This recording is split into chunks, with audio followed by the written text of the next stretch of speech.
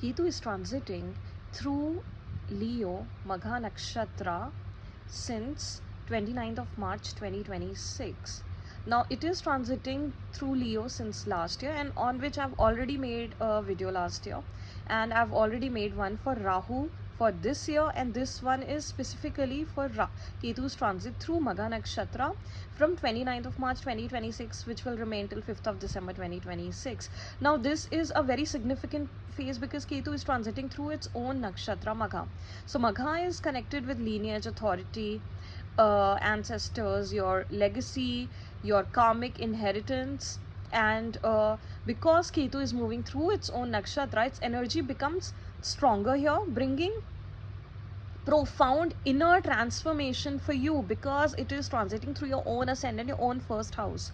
All right, so this is a time period for karmic release for you, and which would activate spiritual growth. So do not take this transit lightly, Leo, and I know that you are going through a lot of challenges and obstacles since last year, like whether it is your health or whether it is your relationships or whether it is with your family or just not being able to move forward in certain areas of your life. And of course it depends on what your personal chart placements are, but overall for every Leo this is a very difficult time period that you're going through.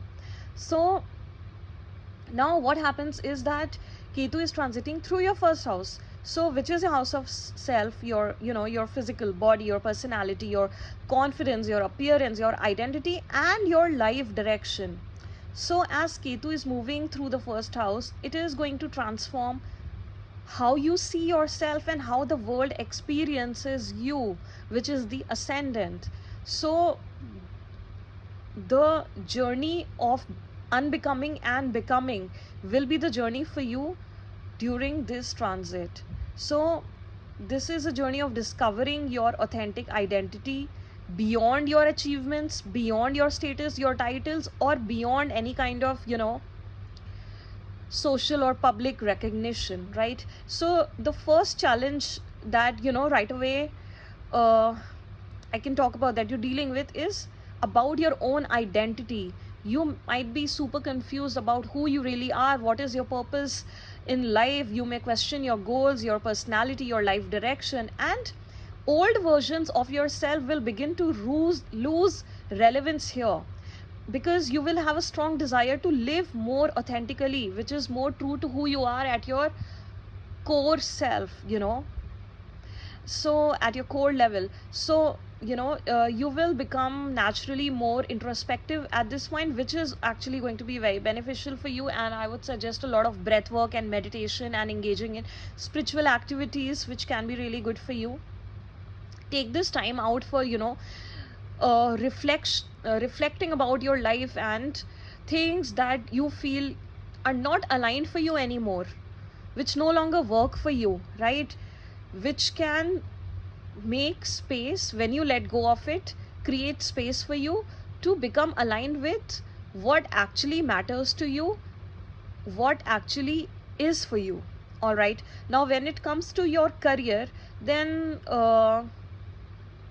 you will understand that just seeking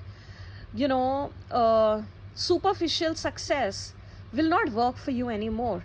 So you may see work that carries purpose, which is meaningful for you and carries long term value for you. Right now, since Ketu is occupying the first house, it directly influences the seventh house of relationship and marriage, where Rahu is currently transiting, and I've already made a video on that. You can find it in my playlist. So you will see that at this point relationships have become a mirror for you, and all the triggers that you deal with in your relationships, it will help you in self discovery, and your partners may seek even greater emotional clarity and honest communication for you. But since Ketu is transiting through your first house, which can be a bit hard for you to do at this point, because you are even you may even prefer solitude at times rather than being involved in conflicting situations and superficial communication. But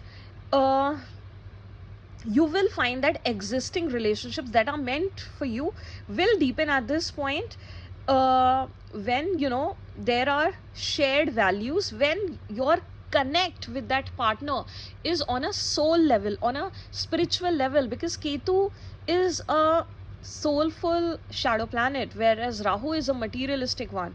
So that is the difference between, and since Ketu is aspecting Rahu in the 7th house, so you have to just clear off from people with whom you feel there is a toxic attachment, and detach with them, and actually connect with those people with whom you feel a very soulful bonding. So both type of people you will come across at this point. And since 7th house is not just relationship but also business partnerships, then that can also undergo restructuring at this point, and you may become more selective about the people you work with.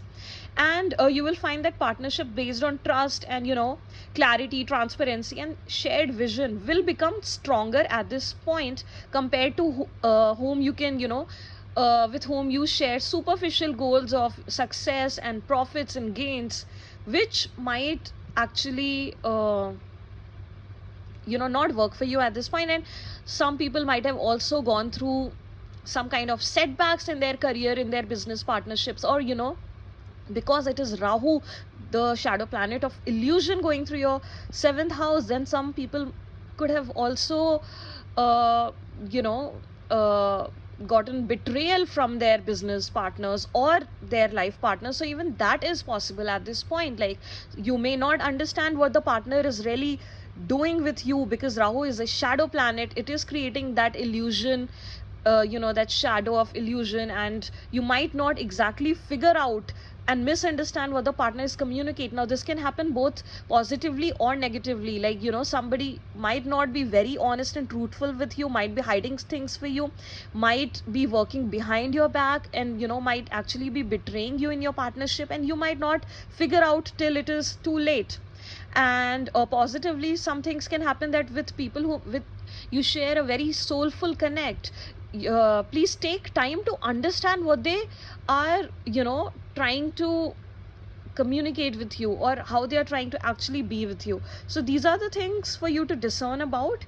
And now, because Magha is a nakshatra that is heavily connected with your ancestors, so at this point you will find your ancestral blessings, but at the same time you will also have to let go of ancestral curses, because both are something that we carry through lineages, whether it is traumas coming through ancestors or it is blessings coming through ancestors. And so this is also one area for you to introspect about and heal those patterns, those family patterns, and those inherited beliefs which no longer work for you, but embrace those blessings. That can be a huge blessing for you in the long run. All right, so healing as ancestral dynamics can become a very important part of this transit for you, and you can even visit your ancestral home, or places, religious places, or from where you can get the blessings of your ancestors, and it will be very beneficial for you to pray daily to your ancestors and get their blessings, right? And now you will find that your identity is becoming more authentic through stronger self-awareness by the end of this transit, which it is developing throughout this transit for you, by everything that you are facing, which people around you, even your family members, your partners, would not actually understand. There would be hardly 2 to 3 people in your life at this point who can actually understand or guide you through what you are going through at this point. But since Ketu is transiting through Magha, which is basically the nakshatra of blessings through ancestors, so it will be good for you to get connected with guru figures who can guide you in your life right now, which will be beneficial, who are able to understand what you're going through at this point. So taking guidance would help you, because this can be a very depressing time period for some of you. I'm not trying to become negative, but this is actually the reality of what Leos are going through at this point. And meditation, astrology, yoga, and any kind of spiritual engagements can be can bring profound insight for you, or guidance from such people, and actually can really help you through regular guidance or counseling, or engaging in regular breath work practices or yoga practices. That would be really great for you. And try to trust the guidance that you're receiving at this point, whether it is your inner guidance through self-reflection, or guidance from your from the guiding figures in your life, right? And meaningful career opportunities can also emerge, which will be aligned with your values, and which are specially to do spiritually, which are inclined, right? And even education and healing and research and writing and leadership roles and consultation business, all that can also be good for you at this point. And recognition will come through expertise and authenticity, rather than any kind of superficial business or any kind of self promotion. So please also try to keep that in mind, and a clear understanding of your purpose will develop in this transit, be assured of that. And you just need to follow your gut when actually you are given the right guidance, right, through any medium. And you may begin a new chapter which is more aligned with your long term vision in life, and not just immediate success or prosperity. So personal reinvention is one of the greatest gifts of this transit for you, and even your relationship would become more honest and emotionally mature. Or you may come across partner by the end of this transit who can be like that for you, who are more, with whom you share a soulful bonding. So take this transit positively, Leo. And even though there are a lot of challenges and obstacles that you're facing right now, and life is very tough for you at this point, but be assured that everything is happening for your best in the future, if you only make the right choices and decisions now in your life. God bless you.